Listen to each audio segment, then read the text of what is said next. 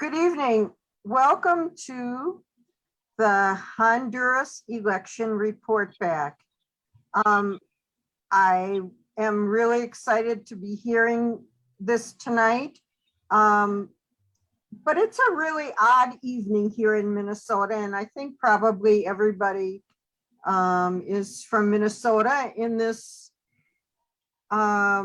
Zoom call, and hopefully everything will go well. We won't have an awful storm, and we'll all do well in it, and we won't lose any electricity.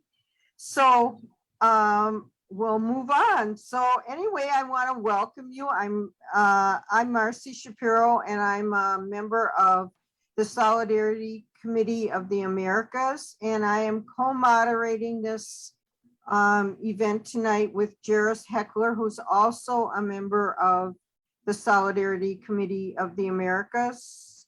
We call it SCOTA, and it's a committee of WHAM, Women Against Military Madness. I think I'm really excited about this tonight because it feels like there's been just a huge change in Honduras. And I know from when I have been there, it was an oppressive, difficult, violent place. And it is so exciting to see the first woman president elected in Honduras, to all of the grassroots support for her, and kind of the defeat of the narco-authoritarian party that has been ruling party that has been in power since the 2009 coup. So this event is co-sponsored by the Solidarity Committee of the Americas and Hands Off Honduras. Both groups are solidarity groups with people in Central and South America who want people to be able to determine their own lives, and we oppose any intervention by the US in countries both in Central and South America, and particularly by the US in Honduras, and I think there will be some discussion later about that. So those two groups are the main sponsors of this. We have 13 co-hosts, and we appreciate their doing that. It helps us reach out to a broader group of people. And I just want to say that this event is part of a series of coffee hours, though we don't have coffee anymore because we're not in person. When we, oh, Sarah, I think I see one person has coffee. When we started, we met in person and we had coffee and bagels and we had a great time, but that is not happening now. All of our recent ones since the pandemic have been on Zoom, and we've really tried to focus on different countries where there are issues going on. And so we've had a wide variety of countries that we've focused our coffee hours on. So we're really fortunate tonight to have two speakers who were in Honduras during the election. And I think they'll talk about what they did during the election. But they basically were, they observed the election and really played an important role in being there and supporting a good election for Honduras. So I'll just introduce the two speakers. Cherylyn Young, she's a lifelong Minnesotan and a volunteer with Minnesota Hands Off Honduras, Honduras Solidarity Network, and with her St. Paul neighborhood organization. She has observed elections in Guatemala, El Salvador, and Honduras. She did in 2013 in Honduras as well as this year, and works as an election judge in her own county. She has worked in outreach and organizing in community-based organizations and higher education fundraising and is hoping to make a career change. So good for Sherilyn. And Simon Elliott is our newest Minnesotan. He is originally from Milwaukee, Wisconsin, and he has recently moved to Minneapolis, and he said it's for the cold weather. I can't believe that, but for those of us who are not so in love with the Minnesota cold weather, but he is now a Minneapolitan, and after attending the university in Massachusetts, Simon worked various fair housing jobs and did organizing work around the 2019 coup in Bolivia and US sanctions against Venezuela. Simon currently works at the Center for Economic and Policy Research on their international program. His research focuses on social movements, elections, and US intervention. Two great speakers for us. And so I'm going to start by just turning it over to Sherilyn, and they will lead you through their presentation. Sherilyn and Simon. Sherilyn, it's you. Great. Thank you, everybody. And thanks for the introduction. I think this is the first time that I've been introduced like a lead speaker, and I'm excited to be here and tell you a little bit about what I learned and how we can be in solidarity with the people of Honduras. I want to start with just a small overview to orient people to Honduras, what we're talking about and where. Honduras is one of the Central American countries that's on the Gulf of Mexico. The north part of the country is on the Gulf of Mexico, and it's right next to Nicaragua, which is also on the Gulf. So as you go down Central America, you'll find both of those countries. In land size, it's about the size of the state of Pennsylvania, and in population, it is approximately 5.4 million people, approximately, 9.4 million people, the same size as the state of New Jersey in population. So you'll notice that the state of New Jersey has 12 representatives in the US Congress, while Honduras, as a single country, has 128 members of Congress that are elected. So the distribution of representation is a little bit different. I want to say just a little bit about Honduras. I've read quite a bit about it in terms of its history. And prior to the arrival of the colonizers, it's estimated that approximately 800,000 people lived in Honduras. And that was estimated by people who study geography and ecology by taking a look at the plant and animal life and taking a look at the societies that were formed that lived there when the colonizers came. Columbus did not make a stop there. The first colonizers just came to the coast, took some slaves, and then left. So Honduras had a reprieve until approximately 1524.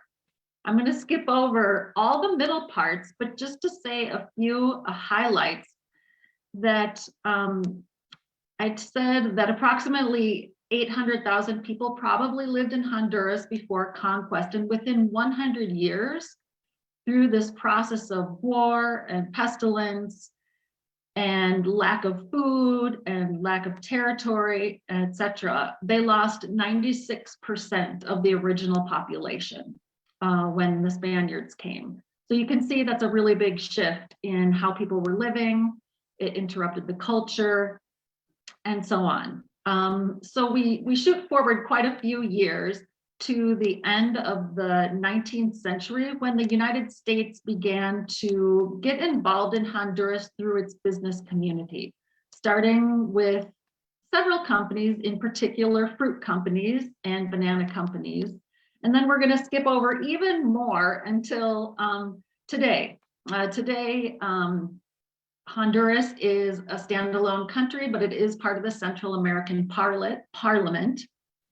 It had its independence at a similar time as the other Central American countries did when they broke apart.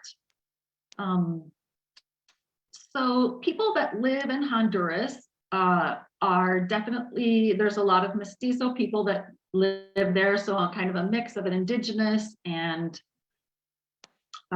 European community, but there's also several very strong indigenous communities. The Lenca people, the Tolupan, and the Maya Chorti are some of the very strong indigenous groups. And not to mention the Afro-Indigenous group, the Garifuna, who has a population, a free population who was free and not enslaved at the time that the country was founded. And so Honduras is a very diverse place with a lot of different kinds of landscapes and a lot of different kinds of people and ways of living. I'm going to turn it over to Simon for a little bit to talk a little bit more about Honduras and the United States as they relate to each other. Yeah, thanks, Sherilyn. Appreciate that overview. And thank you to all of the hosts of this event. I'm really thankful to be able to move to a new city and find people who are doing great organizing work so shortly thereafter. So excited to get to know some of you and excited to have found you all. So yeah, Sherilyn just did a nice little flew through some centuries. So we're going to talk more about the election. We're going to talk more about our experience in the election.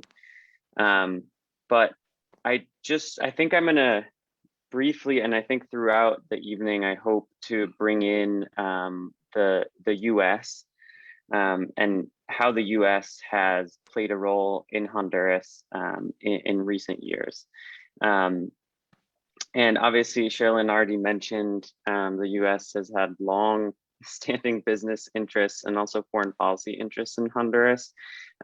And I think it's important for multiple reasons, one of which is, of course, because we are, having this conversation here in the US, and, where we can have most influence is in, here at home, here in the empire, trying to do our best to counteract the forces for evil that exist in the US foreign policy establishment. And I also think it's important because I think there's, a lot of people in the US nowadays and, liberals and people of other political stripes too, oftentimes will kind of accept this narrative that the US did bad things in the past. The US, instigated coups or supported coups in the past, supported military dictatorships, but nowadays US foreign policy really has this commitment to democracy and human rights. A lot of the key phrases that you can hear coming out of the State Department these days. But I think it's important to push back on that. And the recent history of Honduras, even in the last 15 years, has a lot of examples of that US imperialism is alive and well. And just I'll do my best to try to do a brief paint the picture of this. Obviously, Honduras is of huge importance to the US. There's the Palmarola military base, the Sotocano Air Force Base. It's the largest military base in Central America of the US that I believe. So Honduras is of special interest. And that was a launching pad for a lot of the counter-revolutionary activity and murder squads that the US funded and supported throughout the 80s.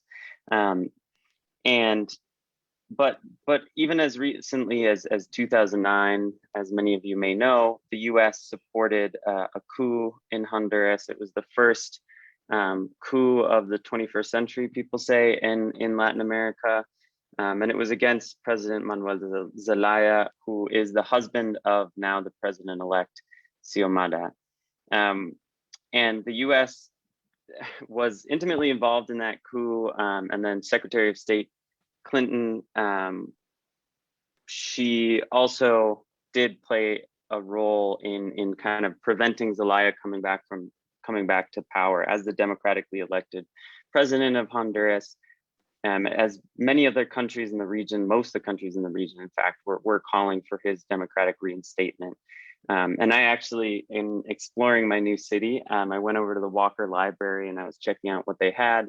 And they had a copy of Secretary Clinton's book, Hard Choices, kind of her recapping her time in the Department of State. And sure enough, I was just curious. So I flipped to the section on Latin America and the Caribbean, and sure enough, I found her quote talking about her, diplomacy in the situation around the coup. And she admits it in the book that a lot of her diplomatic, exercises were around, and her quote was rendering the question of Zelaya moot, basically preventing this democratically elected president who had been whisked away by the military onto a plane that was in Sotocano Air Base and sent to Costa Rica. She was, taking credit for preventing his return to office. So there's a lot more that we could definitely cover about the U.S. And I think hopefully we will as we talk about some, of the last decade. But yeah, throughout the Obama administration, with the coup government in Honduras, throughout the Trump administration in 2017, which I'm sure we'll talk about.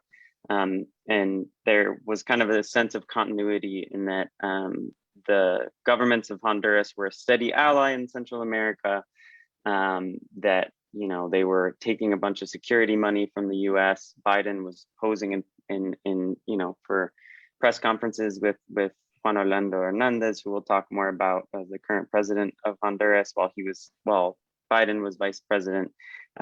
So I think it's just important to talk constantly about US imperialism and the continuities that exist throughout it. So Sherilyn, I'm not sure if you wanted to start talking a little bit about some of the past elections, or we can also just jump into the current one. Sure, yeah, I'd be happy to do that. And I have just brief sentences to say about 4 of the elections that are kind of key in the last a while in Honduras.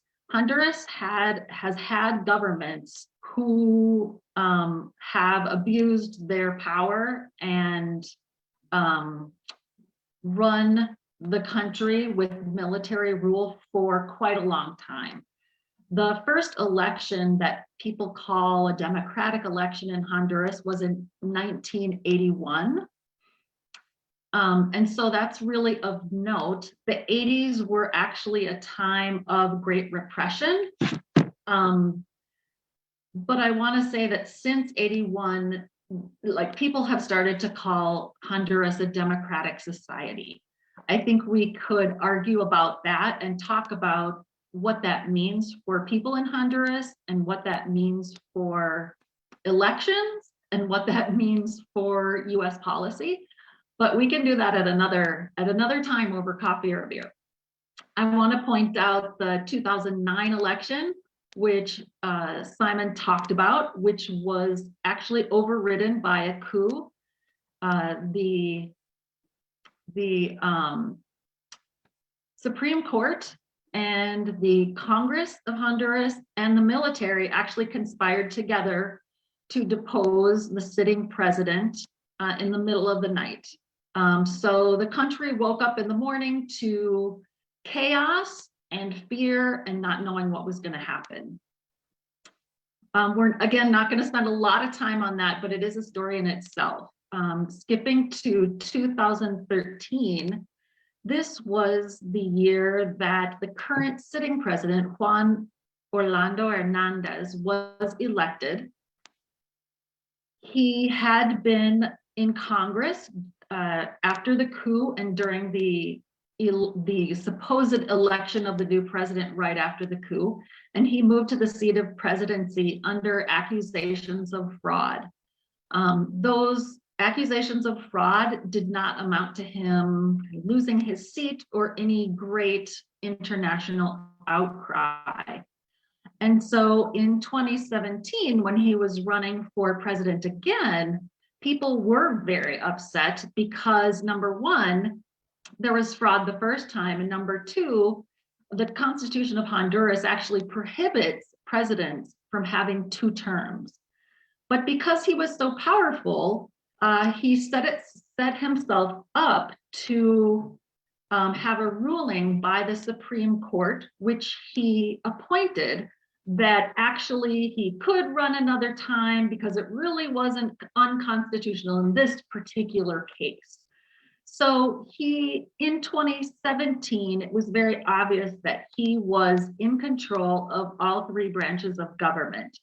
The Supreme Court, which allowed him to run illegally in the 2017 elections. He's the commander-in-chief of the military, and he also was head of the Congress and now president in the legislative mode. And his party, the National Party, was the majority in Congress in both 2013 and 2017. So as you see, his kind of rule and the rule of the party is being consolidated as time goes on. So that kind of sets up the story for the election this year. And people had a lot of trepidation going into the election, not knowing what was going to happen, knowing that the current sitting president could potentially run again. Even though it was okay the first time and illegal the second time, who knows what he could do? Could he somehow fix it so he would run again personally? There was a lot of fear at what the military would do if during the election process, because in 2017, there was a lot of repression of protesters who were protesting the results of the fraudulent elections. And those protests went on for months. I'm going to just quick look at my notes because it's really important to say that wasn't, just a few protesters. Let me just grab that figure.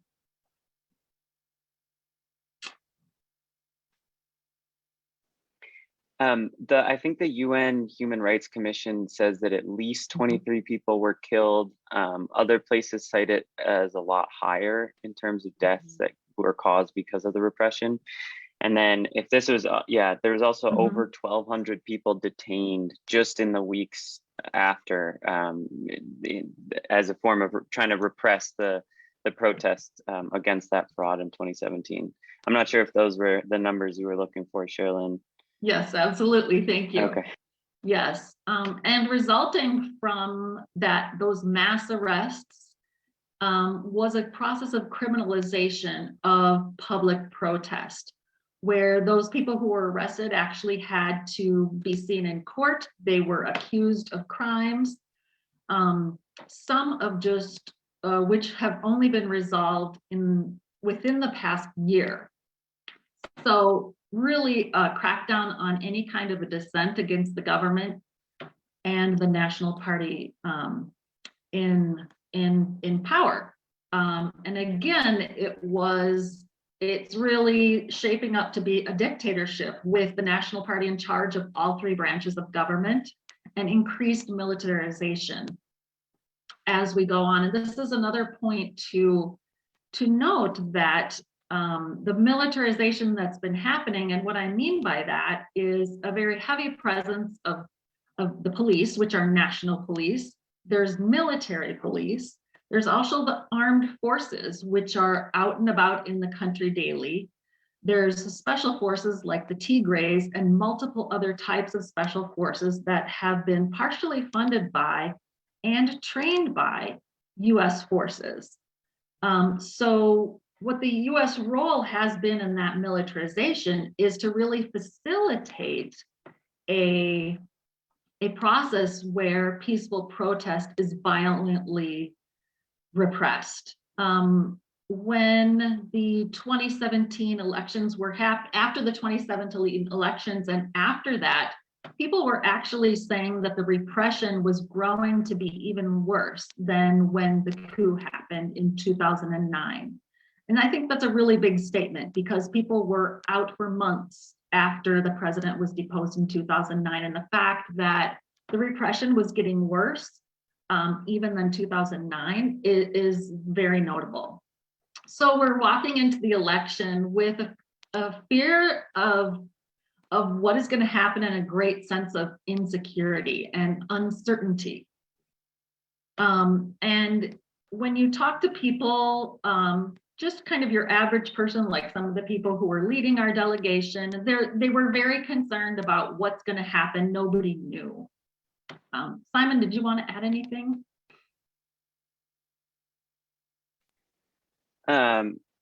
Yeah, just adding a little bit, I think, to kind of what you were starting to say about kind of the level of uncertainty that was leading up.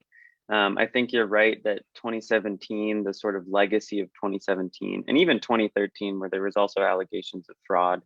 I think the legacy of 2017 really kind of colored these 2021 elections, or the lead up into it. And I think the reason why having an electoral observation mission, having international observers like the group that we participated in, the reason that was so important is because in 2017, there were observers, but there was, not this sort of 2021, there was this sense of that fraud was going to be committed the way it was committed in 2017.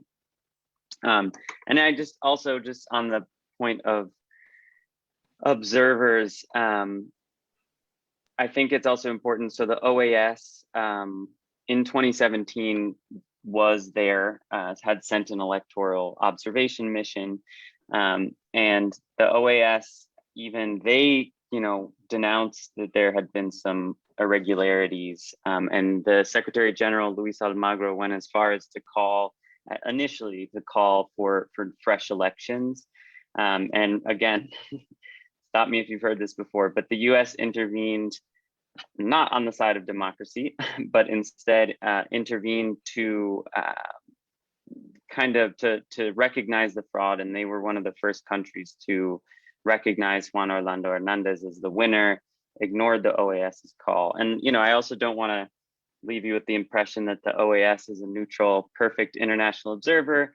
If any of you followed what happened in Bolivia in 2019, you'll know that the OAS mission there played a highly politicized role, and putting out a statement that was premature and also just unfounded did actually kind of contribute to the coup and the overthrow of Evo Morales and the mass government. So that, how about that for a tangent? But also just going now back to with knowing that legacy a little bit about 2017, going into 2021, there were 30, I believe. And I know, again, the UN denounced this in the days leading up to the election, but I believe there were 30 at least political assassinations that were linked to the campaign, the 2021 elections, the campaigns for it. And in fact, while Sherilyn and I were there, a candidate was killed in the Department of Olancho. And they did target, oftentimes, if you look at who was assassinated, who attempts on their lives were made, it did tend to be Libre Party officials and Liberal Party officials. So I don't know if Sherilyn, if you want to just set the stage of who the candidates are, who the parties were, or, I'm happy to do so as well. Sure. Why don't you go ahead and I'll just jump in.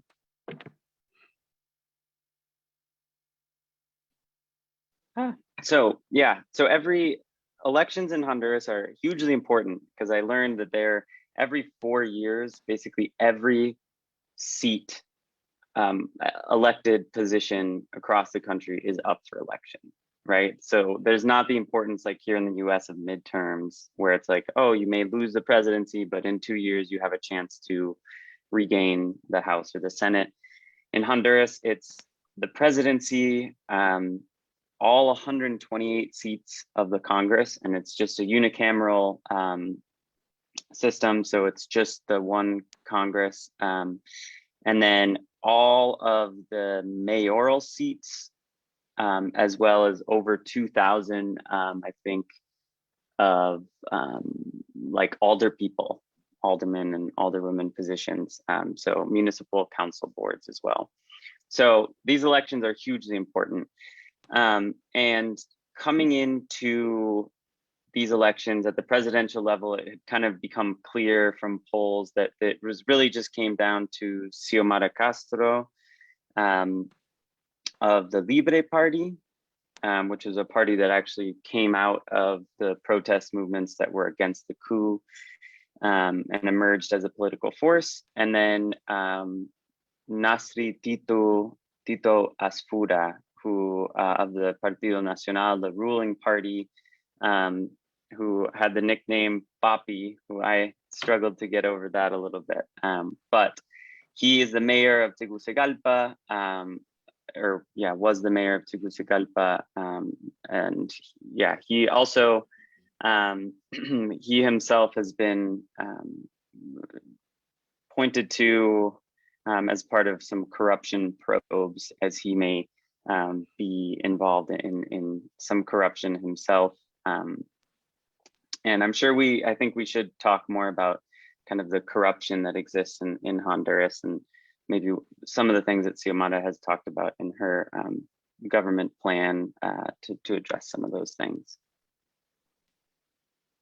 And I'll just jump in and say the Liberal Party candidate for president was Yanni Rosenthal, and he was definitely in polls coming in third. But one thing interesting to note is that he returned back to Honduras approximately 3 years ago after being in prison in the United States for crimes like money laundering and drug trafficking and so on. And the fact that a major party in Honduras, one of the traditional major parties, the Liberal Party, accepted him as a candidate for president says a lot about the available people and how the political parties think in that country. I want to add that across the country, there are 5,500 locations where people can go and vote somewhat near where they live. And using our system of comparison, 18,000 precincts.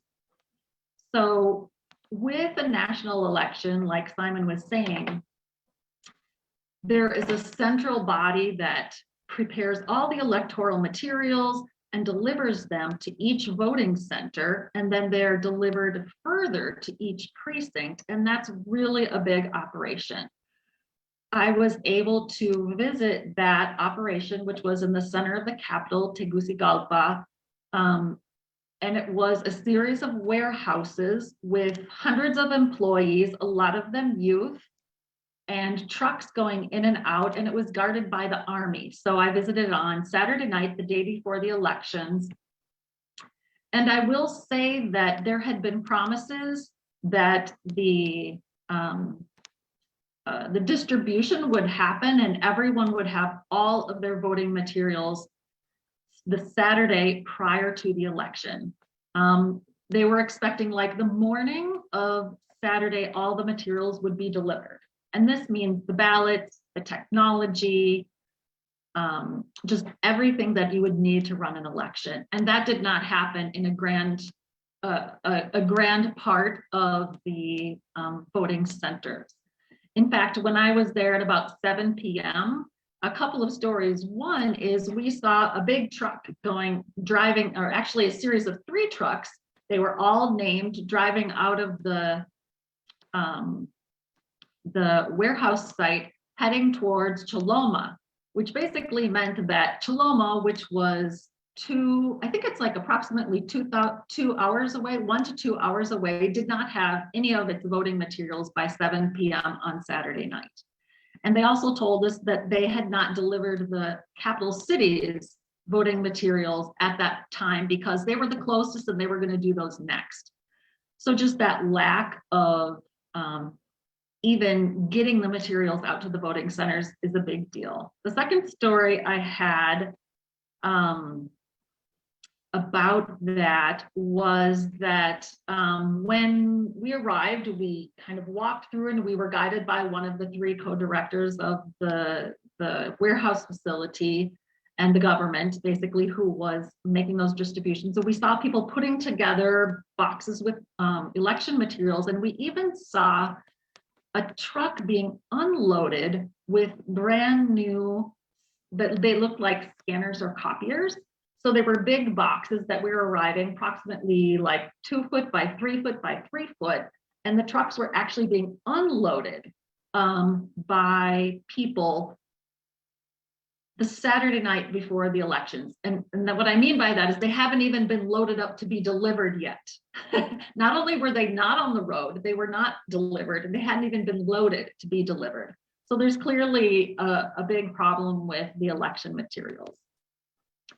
As we move forward, I want to just say a little bit more about the climate of fear and uncertainty and the presence of the armed forces in the country. It was agreed upon by the powers that be that the armed forces would actually accompany the electoral materials to their specific precincts. We were told that there would be 2, and I'll just use the Army. I'll just say 2 military personnel, perhaps from the Army, the Air Force, I'm not sure who, accompanying each of 18,000 precincts. So the idea, what we were told, was they would be with the electoral materials when they left the warehouse, and they would arrive in the communities and sleep overnight with the ballot boxes and the ballots so nobody could tamper with that. That was supposed to be a safety measure so that fraud wouldn't happen. But in reality, if you think about the Army fanning across the country and being a part of every single town's elections, that does create the vision that this could be a very violent election. And that theme of uncertainty was really highlighted because of the official stance on the armed forces guarding the electoral material. Just before moving on, I would just name a couple of other things that set that climate up. When we arrived, there was a lot of rumors that the sitting government would set a curfew, or some call it martial law, at 5 o'clock on Sunday, right after the elections were supposed to be closed. And everybody would have to stay inside and not be allowed on the streets. That would have been a suspension of civil rights. And so because of the legacy of 2017, that was something that created fear in the community and across the country during the elections, just to see what would happen. That did not happen, but again, it was a part of the context. Another part of the context is that the political parties were leading campaigns. Their political campaigns were of hate and fear, talking poorly, I'll put it in my Minnesota nice, about the other parties and the other people, accusing them of things that were not true, and basically creating fear of a communist state that would come in if the ruling party lost. Another part of the context is that within the last 6 months, the National Assembly, the Honduran Congress, has reformed the criminal code and virtually eliminated the right to protest by restricting the right of assembly to 2 or less people and instituting a significant jail time for anyone who was convicted for assembling unlawfully. So those are a couple of the highlights, which I think are really important to note to set up what it was like when we arrived, what the people were thinking, and how everything turned out. Yeah, and just to add a little bit more to that, and then we can jump into talking about the actual observation and how the elections went. I think it's also important to note, as we set the stage, that this government was and is deeply unpopular. Even before COVID, and they did not do a good job handling the pandemic. The government, there was a 2019 survey that found that more than 80% of the people who were surveyed believed that the country was going in the wrong direction. And obviously there's this legacy of protests that we've talked about throughout the last 12 decades since the coup, but also there's just a general deeply, the president himself and the entire ruling party has really lost favor in the general populace. And this kind of translated into a broad coalition of forces that Xiomara brought to the election.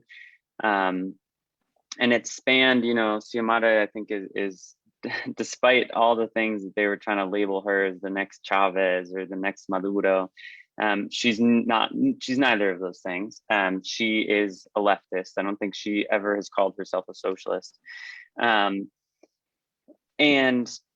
it kind of spans from left Xiomara and Libre all the way to there's some forces of the right. There's some kind of elite business interests who also align themselves with Xiomara's candidacy, just because the level of corruption, the level of dictatorship had kind of gone beyond the pale, even for some elites. So, and also an anecdote. So it turns out that Sherilyn and I went to the same like processing warehouse. And it sounds like I went a couple hours after you had visited, because I was there to witness the moment when the final, they call it like the electoral suitcase, the maleta electoral, was shipped out. So it was just the ballots. There was the scanners that Sherilyn talked about were still, there's a pyramid of them stacked in the middle of the room that had not been sent out. But right as the last maletas were sent out, a lot of the workers, so more working class people, they sent it out and then they broke into cheer because they had obviously been working long days to loading them in the trucks to send them out.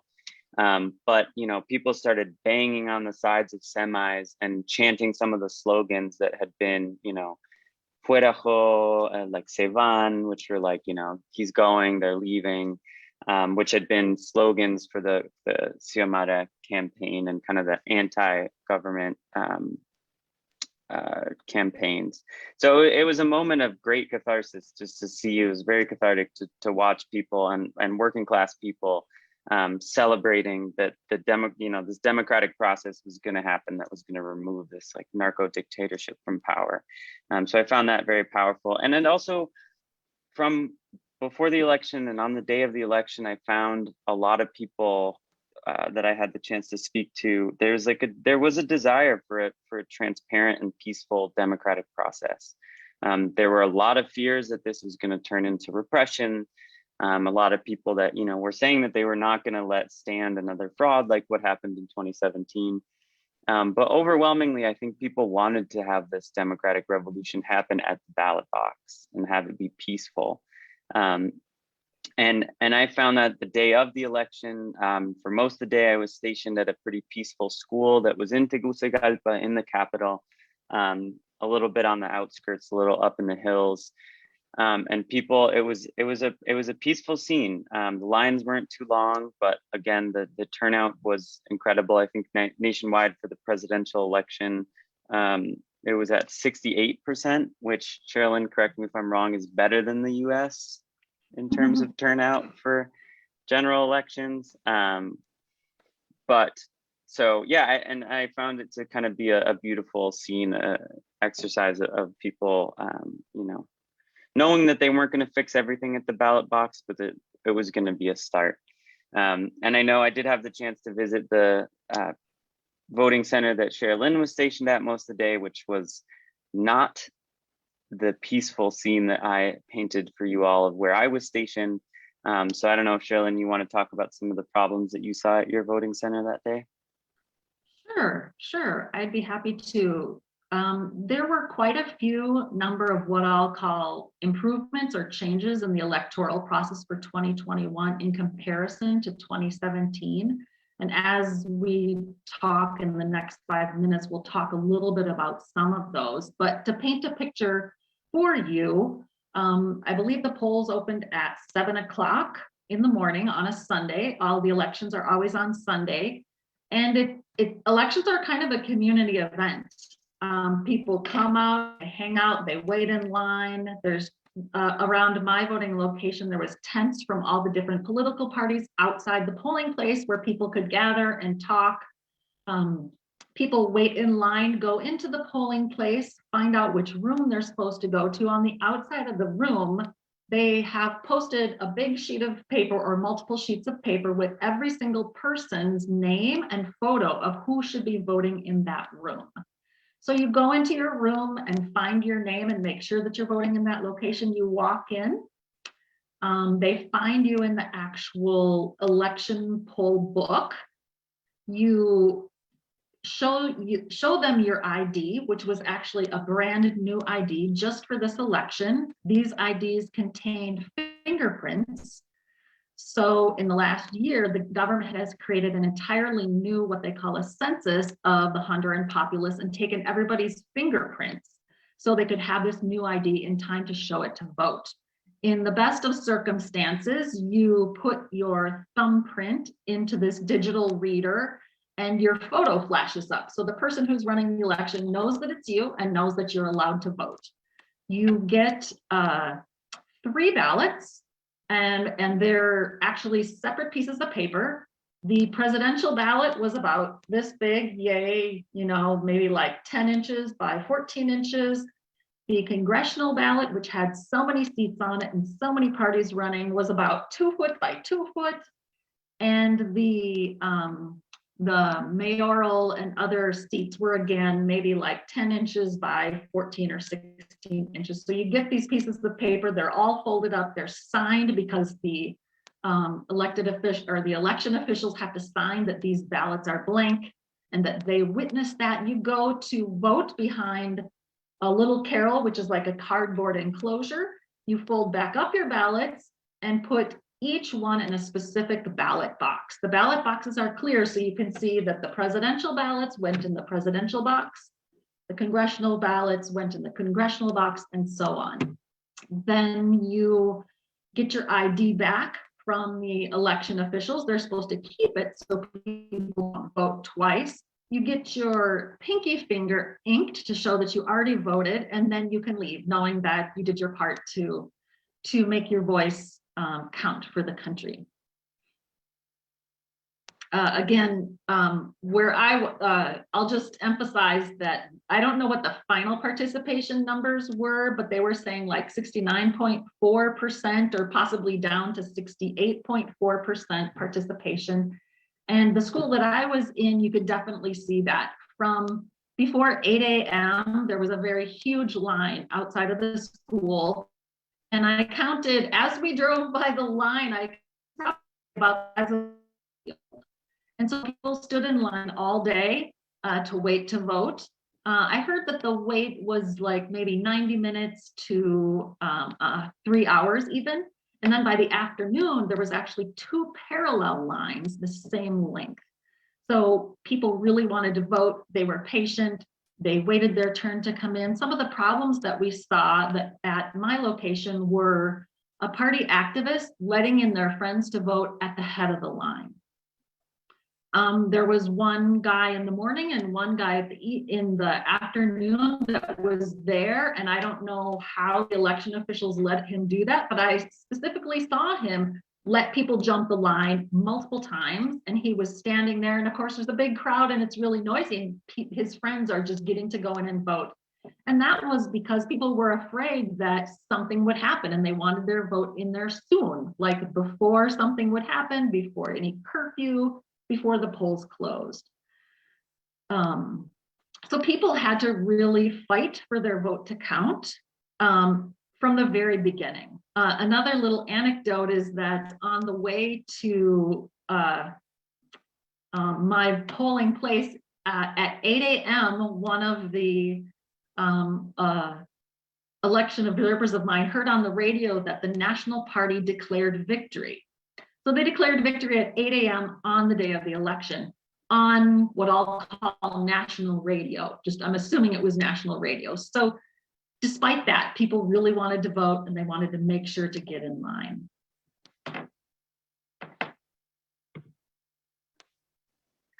Yeah, and we can, I think, we should start wrapping up here. So I can talk a little bit about the results. And as I talk about the results, I think they're, for the most part, are positive in the sense that the allegations of it being a stolen election, at least at the presidential level, have been very few and very far between. That is not to say that this was a perfect process. there were definitely different forms of vote buying that were certainly going on, and especially on behalf of the National Party. You know, they did some things that kind of proved that vote buying is pretty institutionalized. They, in the weeks leading up to the election, they were distributing something called the bono bicentenario, which is like bicentennial bonus. So it's, I guess, allegedly to celebrate the 200th year of independence. I might be having that wrong. Might be getting that wrong. But what it was is it basically was cash bonuses that the Partido Nacional was giving out in the weeks leading up to the elections.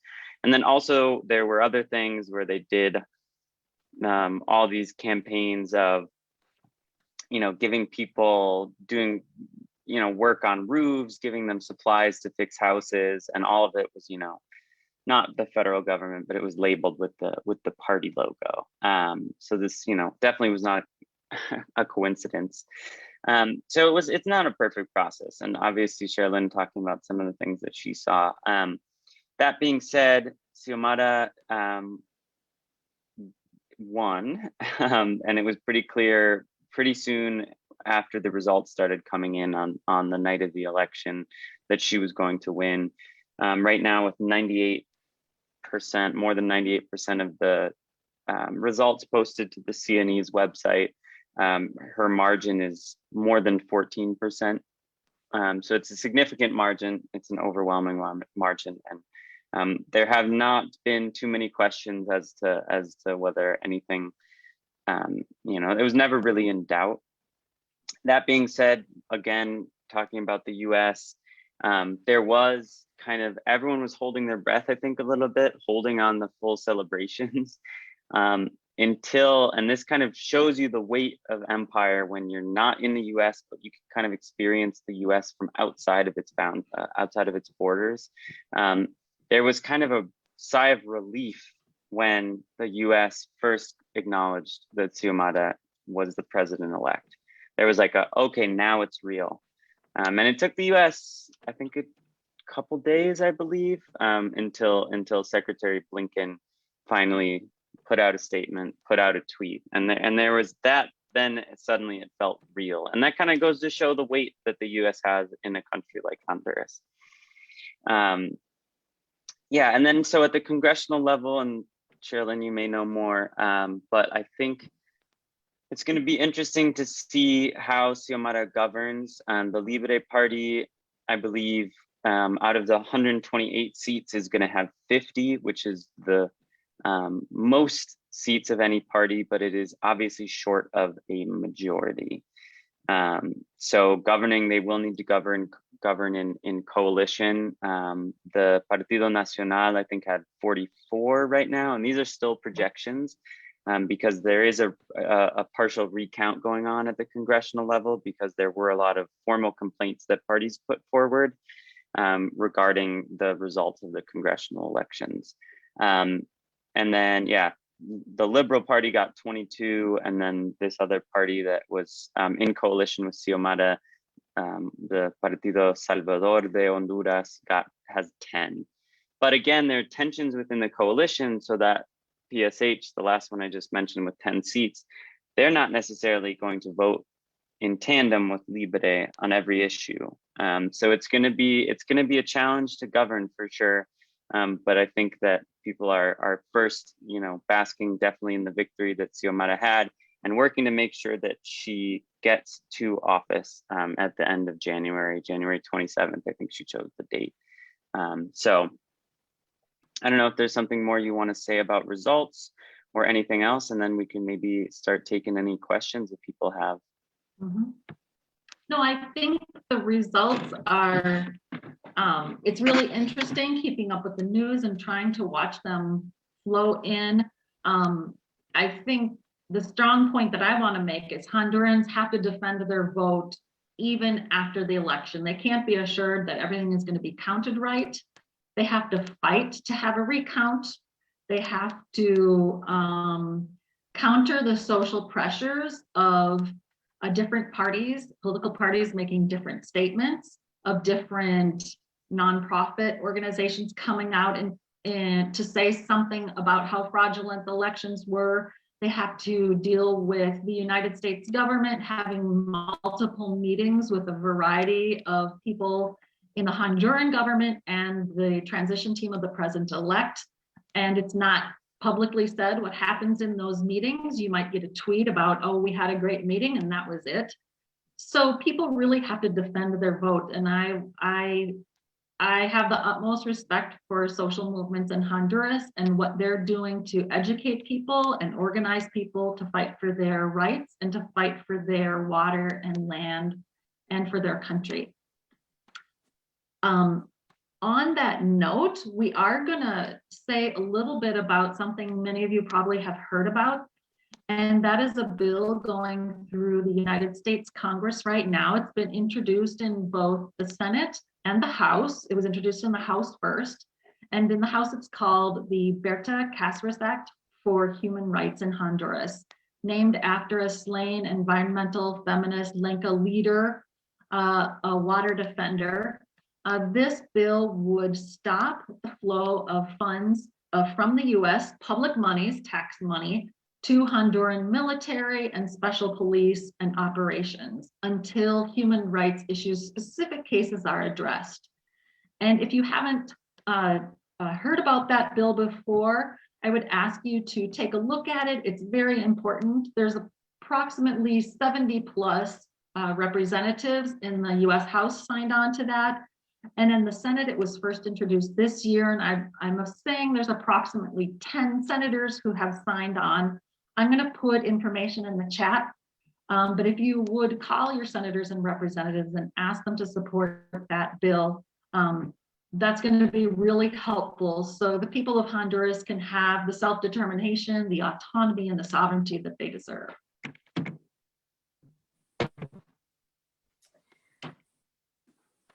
I am going to ask some of the questions that we're seeing or we have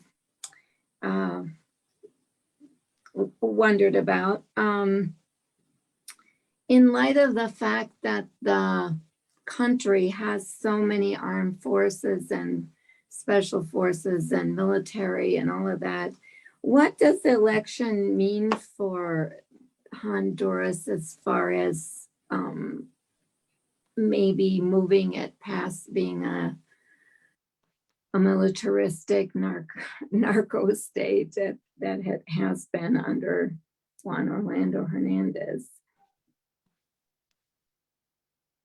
Do either of you wanna? Yeah, I'll start and just say that has yet to be seen, what this election will mean for them. The situation is that they are heavily militarized already. It is a very male-dominated military with the first woman president of Central America, of Honduras, which is a big dynamic in the country.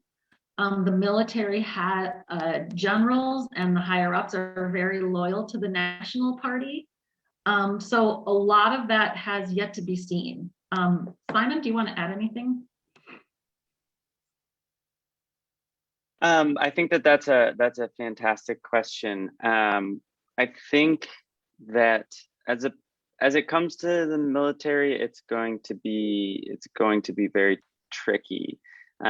As to some of the more, and there are obvious links to the military as well here, but with the sort of corruption and the drug trafficking, the cocaine trafficking that comes from Honduras to the United States, I think that it will be interesting. Xiomara she has committed to bringing in an anti-corruption task force that has some teeth, which will be good to see. And it is good to see that the U.S. State Department, that's something that they, and I think Vice President Harris said that they're looking forward to working on. So, her term is 4 years if they don't try to overthrow her. But it will be interesting to see what you can do to start to fight back against some of those entrenched interests. but no, I think it's gonna be an uphill battle. So that's a good question, but I don't know if anyone has the answer to it. One question from the chat is, how could we bring this information and awareness here more to our state and our country about the issues that have occurred, are occurring, could occur in the future? Do you have thoughts about that? Sure. What we My could first do? thought is the great boon that mass communications has in our age of the internet. So because I speak Spanish in a fairly decent manner, I can actually read the publications of the commercial media and the community media and the alternate media in real time. So if you have that kind of time, you can certainly follow the media directly via any of the social media sites. Honduras social media kind of environment is extremely similar to ours. So there's Instagram, there's Twitter, there's Facebook posts going out all the time. There's people who are now content creators who put things out. Another way is to always question the corporate media here. They come from the perspective of defending United States interests and corporations who have a lot of power here. And so you will hear from the corporate media a one-sided story that Honduras is really poor and there's a lot of violence and that's why people are coming. So I'm asking people to look a little bit deeper to the alternative media to find information out. Locally here, we have groups like the Solidarity Committee of the Americas and Hands Off Honduras, where you can join in solidarity with people in the Twin Cities. And actually, there's the Honduras Solidarity Network, which are organizations across the United States and Canada, who is also working in solidarity with the people of Honduras.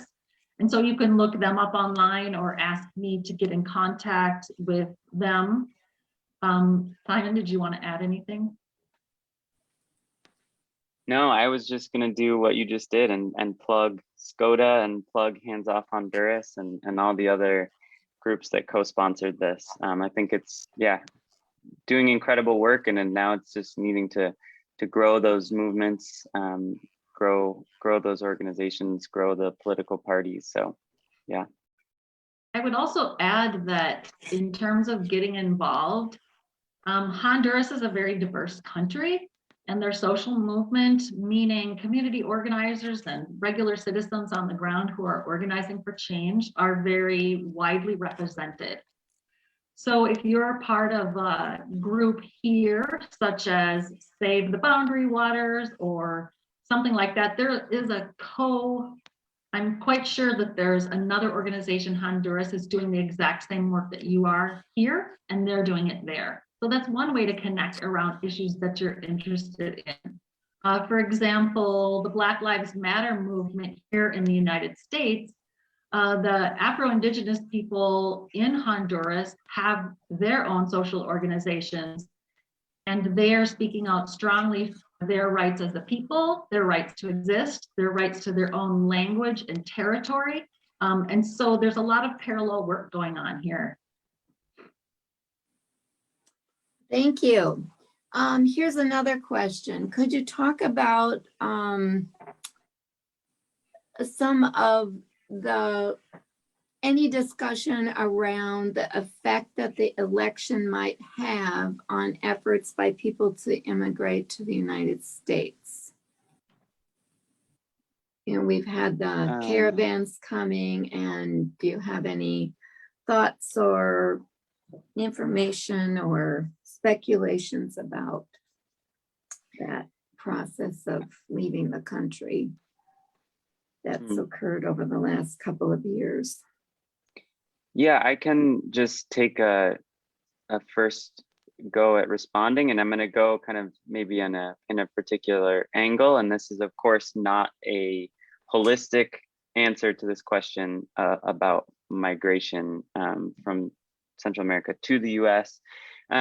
but I think I just wanted to point out, that Honduras, obviously the last 12 years, we talked about some of the corruption, we talked about some of the violence, and, obviously there is a very real high levels of poverty throughout the country.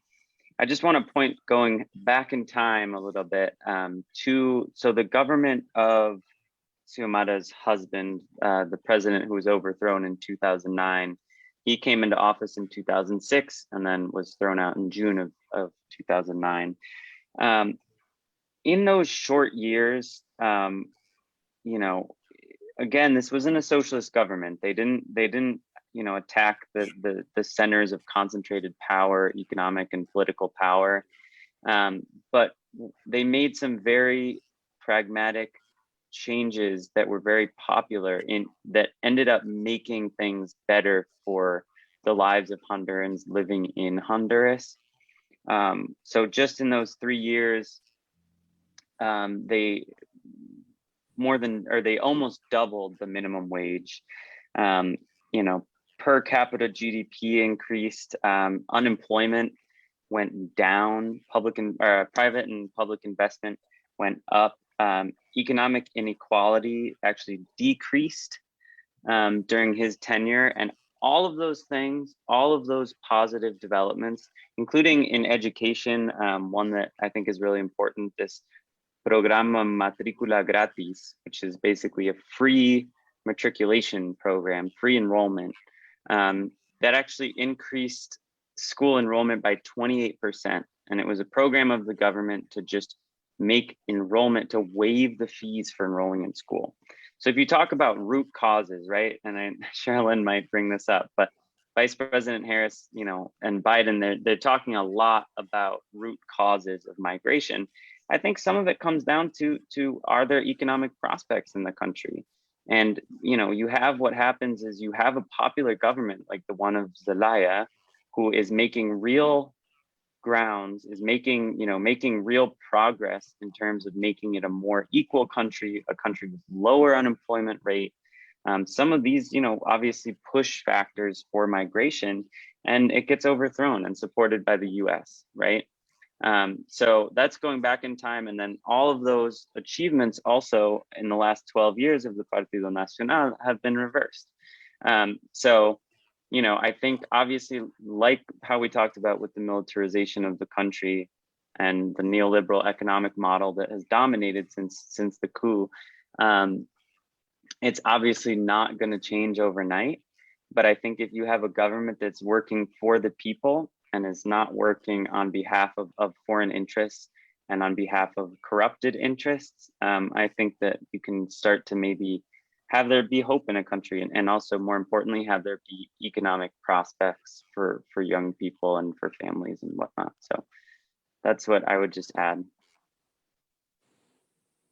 Thank you. I just want to add that the spark of hope by having a new person as president is something that I think will cause people to pause. Not that it'll stop them from migrating, but it really changes the kind of ambiance, the way people are thinking about it.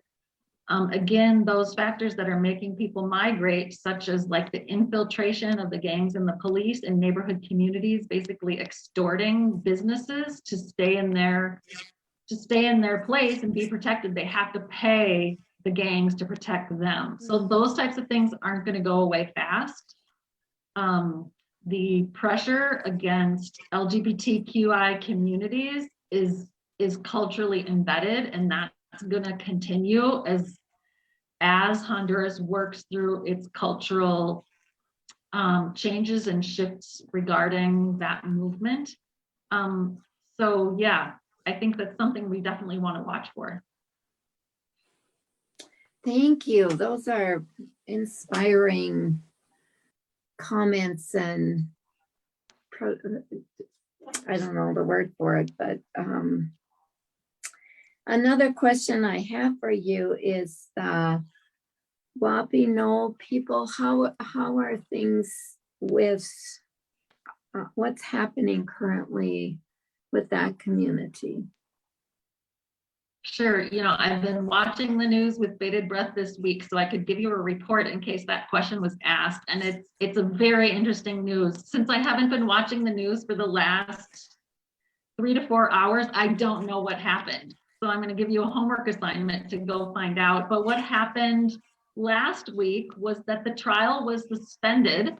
The defense accused the judges of being partial. And so the trial was suspended. It was discouraging because the courts closed tomorrow for a Christmas vacation. But yesterday and today, there was a lot of action. Yesterday, the lawyers for the defendants, the Guatemala 8, the political prisoners who were defending their waters and land, the defense for those folks who are still imprisoned, arbitrarily imprisoned, presented a writ of habeas corpus to the Supreme Court in Tegucigalpa. And so that writ was accepted and assigned to a judge. And from yesterday, they had 24 hours to decide on the detention of these political prisoners. Today, that was still going on. And as of 4 o'clock, I had no answer to what happened. But today, what happened was amicus brief was presented to the court with 9 organizations signing on, drawing attention to the faults, kind of the problems with the law and the problems with the way the judiciary is handling the case. That was presented symbolically there was a press conference in front of the Supreme Court, and it was presented symbolically by a previous political prisoner. So that's really big news in Honduras. We don't know what's going to happen. I'm anxious to go check on the news, whether or not those prisoners will be released to stand trial from outside the prison, or will they be kept. Your help is really needed to continue to put that social pressure on the community, on the judges, on the party in power, to make sure that they think twice before they stop following the law and continue to not follow the law. I'll put something in the chat about that so you can get more information. Yes, please do. How we could pursue that, being that kind of supportive, providing that kind of support to the country. Are there any last things that you would like to say about how the people are doing, like the average people on the streets, and how are they able to move more freely? When I was there, and I think it was 2018, there were all the strikes with the cab drivers and things like that. And how have those types of things been? How is that now? Is there more freedom to move? Can people travel where they need to be? I've been curious about that since it was a long time since I've been there. I'll just jump in right away. I think the approval of the new penal code within the last 6 months has put a damper on mass political protest. There haven't been those mass protests as there were previously to that, not only about the election, but about government cuts and policy changes and so on. So that dampened things. I can't really speak to just individual people's security. I'm assuming that has not changed a whole lot. But I'd open it up to anybody who has some more specific information about that. Anyone? Okay, well, I think maybe, thank you so much, Sherilyn, and thank you, Simon. You guys are amazingly informed. You have just eloquent ways of presenting the information and summarizing, putting your thoughts together, and letting us know more about Honduras. I wanted to also thank Carla Riley, who had put together the Zoom and the Facebook technology. Sarah Martin, she has been organizing the Facebook and Zoom questions in the chat. I want to thank all of our participants for attending and our co-hosts, especially Hands Off Honduras and SCOTA, which is a part of Women Against Military Madness. You can watch for upcoming events on the SCOTA Facebook page. We're planning our next coffee hour for a Saturday at the end of January or the beginning of February.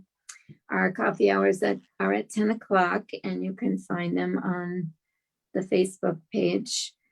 We're going to share more information about other elections and results that have been in other South and Central American countries.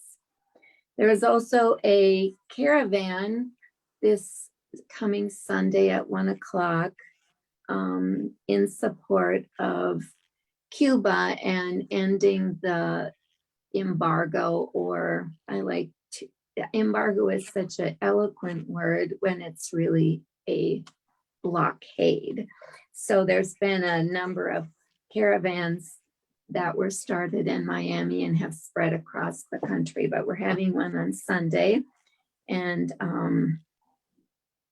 that information can also be found on the SCOTA SCOTA Facebook page. And I think that we will call it a night. I had a couple of more things I just wanted to say. Okay. Sure. So one is the car caravan this Sunday is at 1 o'clock it begins at South High School in Minneapolis. And bring your car and bring flags and bring signs.